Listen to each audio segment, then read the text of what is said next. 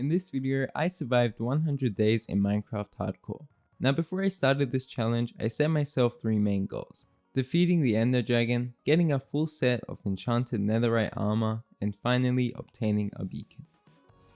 On day 1, I started off by gathering some wood and crafting some basic tools. I then found a cave where I gathered some iron, which I smelted and used to craft a full set of iron tools and armor. After gathering some oak wood, I decided to travel northwest, and on the way I came across a spruce forest, so I used the opportunity to gather some spruce wood. I also came across a village where I spent my first night. On day 2, I woke up and looted the village. Unfortunately, there wasn't much loot, only some emeralds and a couple of apples, but I still decided to set up camp in a snow biome right next to the village. I needed some shelter, so I built a simple snow farm with a snow golem and farmed a bunch of snow that I used to build an igloo. I then started digging down and went on a mining trip for the rest of the day. It was day 3 and I had returned home safely with a bunch of coal and iron and even some diamonds. I dug out a small area underneath my igloo where I planted some wheat on day 4. After crafting a diamond pickaxe, I went out to find a lava source and mine some obsidian for a nether portal. So on day 5, after constructing a nether portal in the hill in front of my igloo, I spent the remainder of the day growing giant spruce trees to gather spruce wood, which I then used to build a cow and a sheep pen on days 6 and 7. With the help of some wheat, I was able to lure a pair of each into their pens and breed them. On day 8, I used the snow from my snow farm to terraform the area around my igloo, and also built another igloo to store my enchanting area. I needed some blaze rods, so I went to the nether where I luckily found a nether fortress with a blaze spawner, and after gathering 10 blaze rods, I quickly headed home to avoid any more trouble. It was day 9, and I would be needing villagers if I wanted to survive any longer. So I gathered the necessary materials and dug out a pit where I built a villager breeder. Before I knew it, it was day 10, and I required 2 villagers for my villager breeder. So I went to the nearby village and kidnapped one of the villagers and managed to get him into the breeder safely. To start off day 11, I deprived the village of another villager for my villager breeder. I gave the villagers some bread and sure enough a baby villager spawned. I then decided to expand my wheat farm, since I would be needing a lot more wheat to continue breeding villagers. Day 12 wasn't very eventful. I simply gathered some wood, farmed some brown mushrooms, and planted some sugarcane right next to my wheat farm. I spent day 13 digging out a big area next to my villager breeder and building a villager trading hall inside, which I must say I was pretty proud of. On day 14 I took the first villager out of the breeder and was able to get a mending trade with him, so I lured a zombie into the zombie chamber of the breeder to infect the mending villager.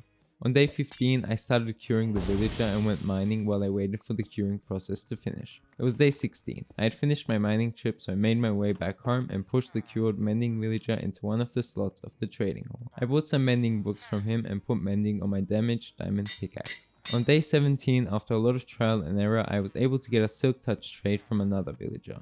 And on day 18 I infected this villager and cured him. On day 19 I infected the Silk Touch villager a second time and managed to get an efficiency 5 trade with another villager, so I infected this villager as well. On day 20 I killed both villagers. I then transported the Silk Touch villager into the trading hall but left the efficiency 5 villager to get infected a second time. I started off day 21 by adding Silk Touch and efficiency 5 to my diamond pickaxe. I then took another villager out of the breeder, who after some bargaining offered me fortune 3. So I lured another zombie into the breeder, but gave him armor and named him this time to make sure he wouldn't despawn. On day 22 I infected the fortune 3 villager and immediately cured him. I then spent the remainder of the day and the start of the next day expanding the trading hall. After expanding the trading hall, I added the fortune 3 villager to the trading hall and did a bit of trading with him. I then decided to turn one of the villagers into an armorer instead of a librarian. After spending almost the entirety of day 24 trading with my villagers and leveling up my armorer, I went to the nether to gather some gold for golden apples.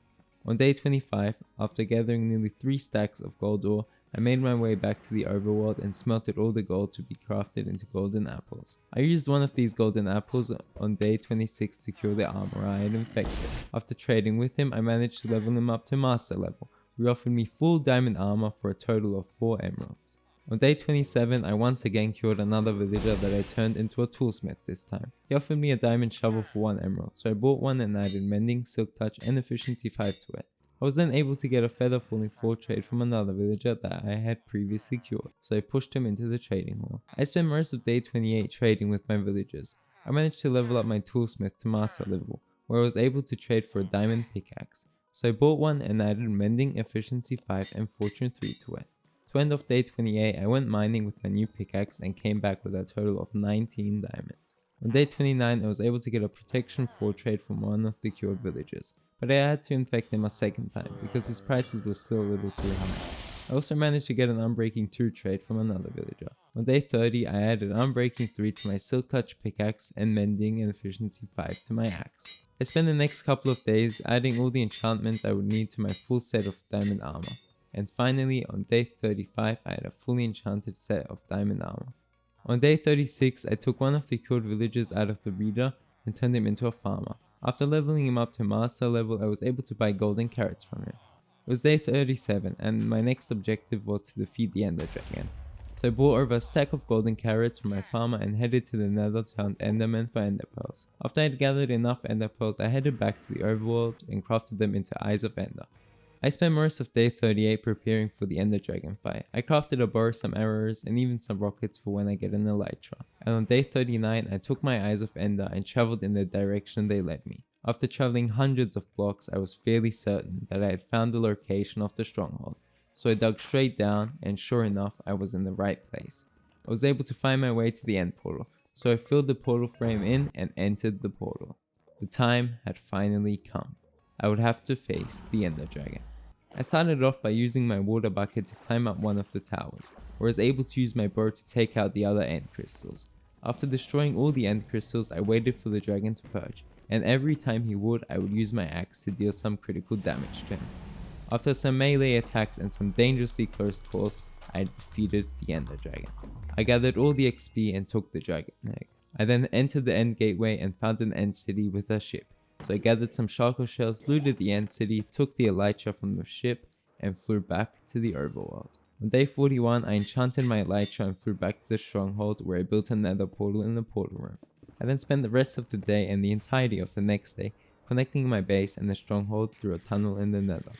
I spent most of day 43 strip mining. I then decided that I wanted to build an Enderman farm. So I spent the rest of the day and most of day 44 gathering all the necessary resources and storing them in shulker boxes. Once I had all the things I would need, I went to the end and built the Enderman farm from day 44 to day 46. I spent the entirety of day 47 getting a fully enchanted diamond sword with the XP from my new Enderman farm. I didn't really do much for the next couple of days. I spent most of day 48 gathering spruce wood and also some gunpowder for rockets. From day 49 to 50 I built a wall made out of spruce and oak logs behind my base. And then I spent the rest of day 50 strip mining for netherite in the nether, with fairly limited success, only being able to obtain 4 ancient debris. Since strip mining for netherite wasn't very efficient, I spent day 51 collecting all the materials I would need for an automatic wool farm. On day 52 I went ahead and built the aforementioned wool farm. I then spent the next few days AFKing at the farm. I used the wool the farm had generated to craft as many beds as I could possibly carry, and exploded beds exploding in the nether to mine for netherite. After gathering another 16 ancient debris I ran out of beds, so I returned home. On day 58 I smelted all my ancient debris and turned my diamond tools into netherite tools. I still had some wool left in my wool farm, so I crafted it all into beds and went back to gathering ancient debris. And finally, on day 59, I went home with all the netherite I would need to upgrade my armor, which is exactly what I did the following day on day 60. I had completed yet another challenge. I thought the villager breeder looked very boring, so I gathered some spruce wood with my new netherite axe and decided to build a small cabin over it. After adding some finishing touches to the cabin, I also remodeled the pit that stored the villager breeder itself. My next objective was to obtain a beacon, hence why on day 62 I traveled to the nether and hunted wither skeletons for wither skeleton skulls. Once I had accumulated 3 skulls, I went home to prepare for the upcoming fight by brewing some strength 3 potions and acquiring a fully enchanted bow.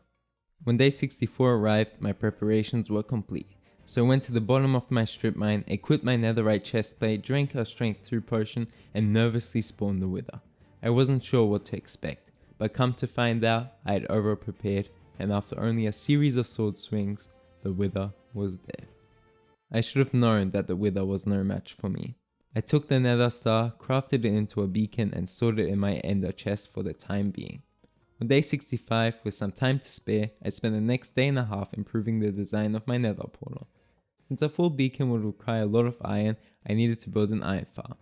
so I spent the next couple of days collecting all the necessary materials. And on day 74, construction finally started. I flattened out the area and began building the farm.